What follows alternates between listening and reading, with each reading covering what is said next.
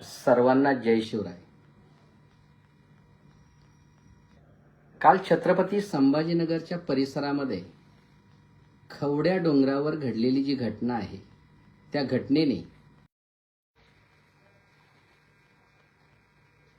त्या घटनेने पूर्ण महाराष्ट्र हळहळला.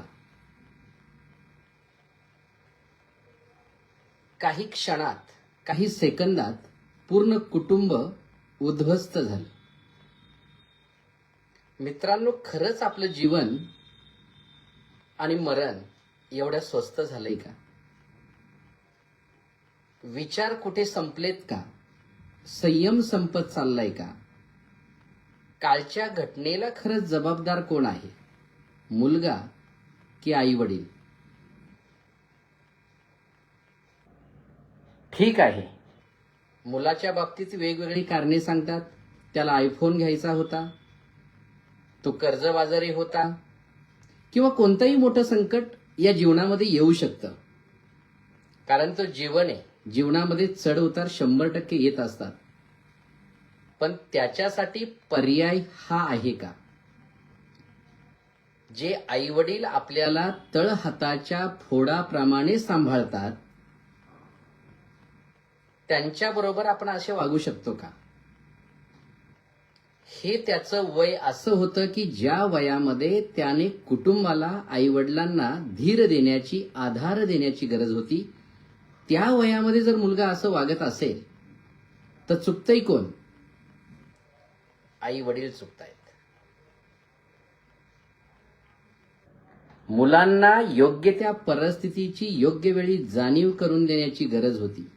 थोडंसं पाठीमागे जा आणि आपला काळ आठवा.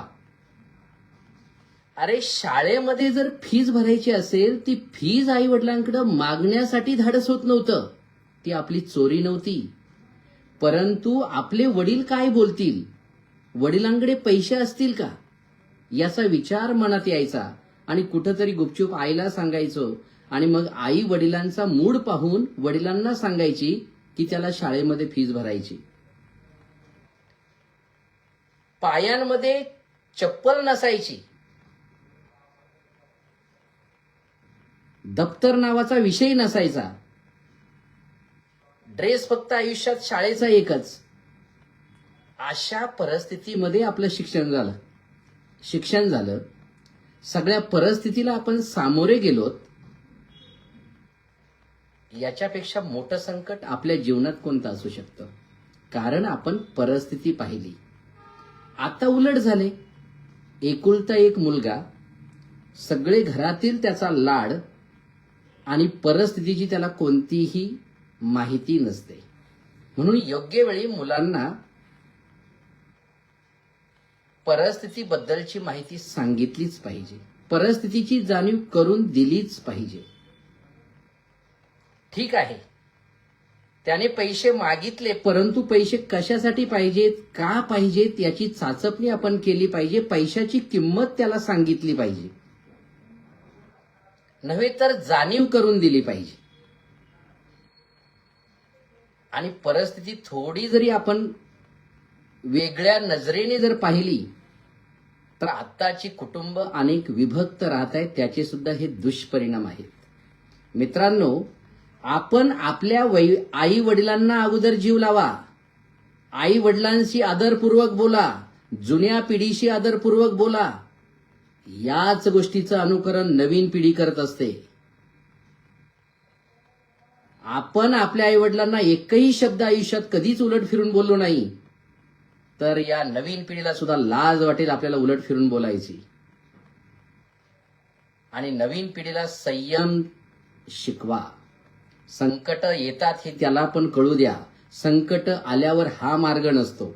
कितीही मोठं संकट असू द्या, त्याच्यावर पर्याय हा नाही. एखाद्या जवळच्या जिवलग मित्राजवळ आपण मन मोकळं केलं पाहिजे.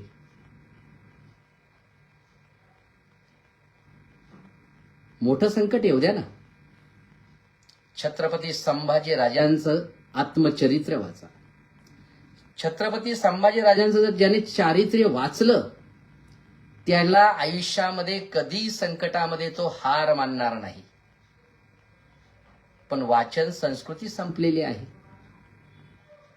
छोट्याशा गोष्टीने आजकालची पिढी संयम सोडते. बरं, आज समजा तो काल वाचलाय असता, भविष्यामध्ये तो वाचू शकला नसता, कारण याच्यापेक्षा मोठी संकट भविष्यात त्याला आली असती. म्हणून जडणघडण करताना मुलांना परिस्थितीची जाणीव करून द्यायला पाहिजे. आणि नवीन पिढीलाही मी हे सांगेल, मित्रांनो, आई वडील तुम्ही ओळखलेले नाहीत. ज्या दिवशी तुम्ही आई वडील ओळखाल तेव्हा असं पाऊल तुम्ही उचलू शकत नाहीत.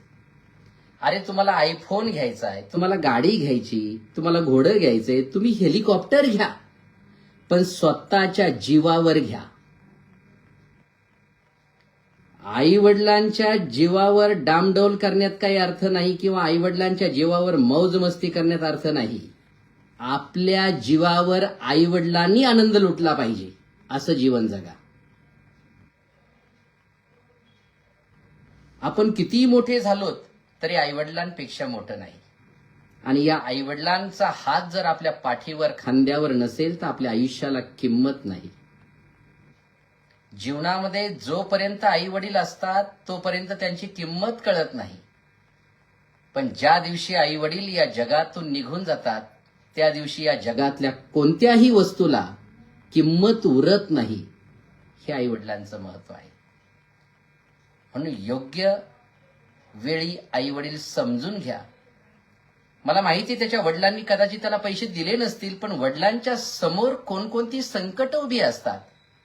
त्यांना लाईट बिल भरावं लागतं, त्यांना किराणा भरावा लागतो, त्यांना इतर काही खर्च असतो, त्यांची मॅनेजमेंट त्यांना करावी लागते. हे मुलांनी कधी पाहिलेलं नसावं. ह्या गोष्टी मुलांच्या समोर करत चला, मुलांना समजावून सांगत चला की बाबा, हा खर्च आपल्याला महिन्याचा एवढा आहे, आपल्याला जपून वापरावं लागेल. ह्या नवीन पिढीला या गोष्टी शिकवण्याची गरज आहे. जीवन खूप सुंदर आहे, पण त्याचा अर्थ, त्याचं मर्म ज्याला कळेल त्याचा आहे. अरे, जीवनामध्ये दुःख कधी होतं? एखादी गोष्ट आपल्याला मिळाली नाही तर दुःख होतं. त्याला हाव म्हणतात. म्हणून जीवनामध्ये आपल्यापेक्षा वर बघू नका, आपल्यापेक्षा खाली बघा. एखादा, आपण समजा सायकलवर चाललोय तर टू व्हीलर वाल्याकडे बघू नका. जो पायी चाललाय, ज्याच्या पायामध्ये चप्पल नाही, त्याच्याकडे बघा. तुम्हाला निश्चित समाधान मिळेल.